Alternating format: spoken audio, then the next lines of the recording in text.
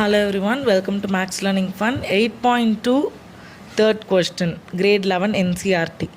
Given that a fifth term, 8th term, 11th term of a GP is PQS, அதாவது AR power 4, AR power 7, AR power 10. அதான் அந்த டேர்மோட -1 பண்ணணும்.